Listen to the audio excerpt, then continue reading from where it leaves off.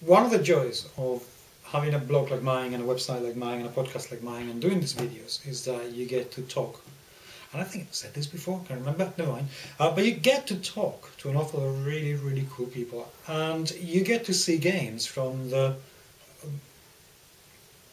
preparation stages to completion. And this game here is one of those that I saw as a prototype about a year ago now. And now I have the pleasure of having it in front of me, and it's changed so much. This game is called BattleCon, the War of the Indines, and it's been produced by Level 99 Games and designed by Brad Talton Jr.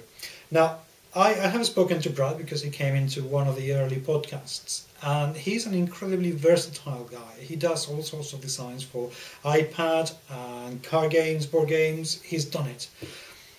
Role-playing games as well. Mystic Imperium, if you haven't checked that one out yet, you should. So I'm always very weary when I meet somebody who is so multifaceted, because I'm one to believe that unless you're a genius, you really should just concentrate on one thing and do that one thing very well.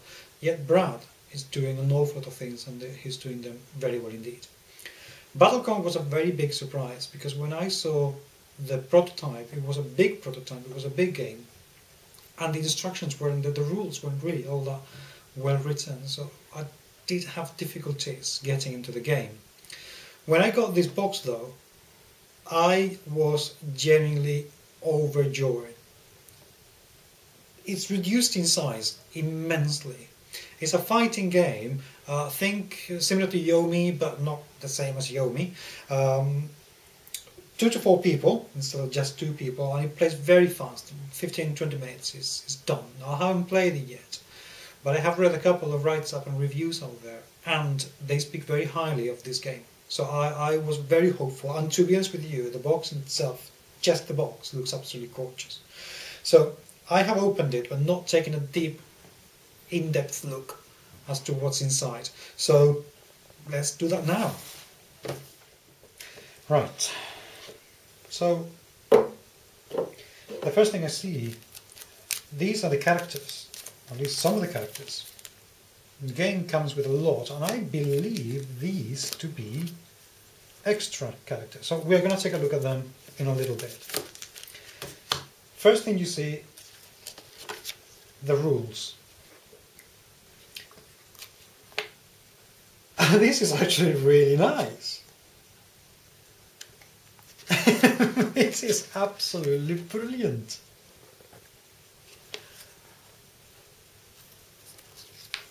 The illustrations are just absolutely gorgeous, and the characters are super cute. Very nice comic book style. Love it, absolutely love it. The font is easy to read. And I can tell you, there is no fear of breaking this. And at the end, we get a description of the characters that you will be playing with or against. Now, without knowing how well written the rules are, I cannot say much other than top notch for layout and artwork. Absolutely beautiful. Love it, absolutely love it. These few pages, the starting few pages, really want to just get on with it and read them and have a play. Perfect, this is fantastic. We get a little board, which is, you play with 4 players, with 2 players, or even this side, and this if you want to play with 3 or 4 players. And the point is that the characters are going to be taking space in here, and your moves, your fights, your punches, your kicks are going to have an impact as to where the characters are going to end up. Now, the prototype had twice as many rows, so you could literally end up very far from the character, or make your enemy end up very far away from you, so it couldn't attack you. And that, I thought that was very good. It's very realistic from the fighting point of view, so I liked it. The board is very solid. The background cartography doesn't detract from what's meant to be important, which is the counters and the locations. So very well done. This has been very, very well thought. I like it a lot. Then we get to see, I haven't unpunched this by the way, so I'm only presuming that the things are going to be inside. These are the characters and these are the tokens that you will be using when you play. They are quite thick, it's nice. I'll do this in a minute. Get these out. It's very nice cardboard. Same one used on the little board that you're going to play with. So solid, very solid. Production values, absolutely stunning. Lovely colour. The illustrations are just gorgeous. Very, very nice indeed.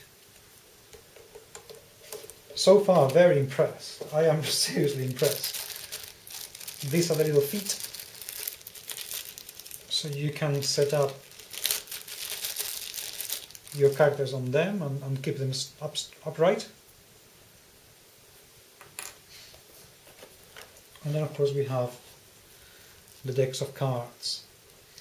Now, without remembering too much how the game goes, you are meant to be creating combos by combining two different cards. So the range, the power and the priority will change on every round. So even if you're playing with the same character, you're still going to have an awful lot of different combinations that you can play, which gives a massive amount of replayability, and also from the opponent point of view, a massive amount of unpredictability. We open this to take a look at the cards. This is lovely. This is so good.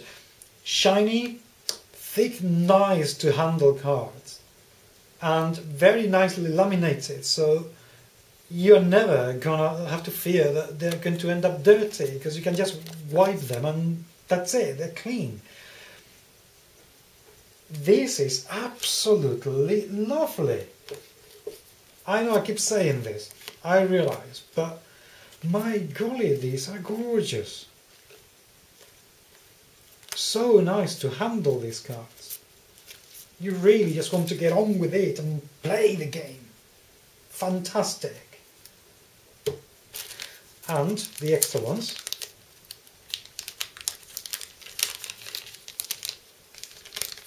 Come in little sachets. Now I don't know if these come as the normal, in a normal box, or if this were a Kickstarter kind of thing. This is interesting because I don't know if you can see from where you are, but I believe this to be the Board Game Geek mascot. And the RPG Geek mascot. It's actually really cool.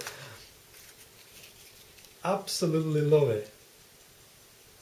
Wow, I am not just impressed, I am seriously over the moon with this.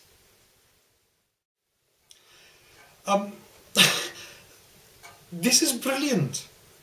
This is absolutely brilliant. I like everything about it. There's nothing I dislike. I like the size. I like the format of the rules. I like the quality of the components. I like the quality of the illustrations. I like the fact that this comes from an independent individual. This doesn't come from a big company, and yet he's managed to actually create a successful Kickstarter project and deliver, I kid you not, well beyond my expectations. Because let's face it, we do see some Kickstarter projects that are nowhere near as good as they could be. Brad Talton Jr. has done exactly what should be done. The levels of professionalism in here are just oozing all over the place. And just for that, he should be congratulated. Now I know the game is good, and I will let you know when I review it how good actually the game is. But so far, you're in for a winner. You're an absolute in for a winner. So if you're watching this video, trust me, if you can get your hands on this, go for it.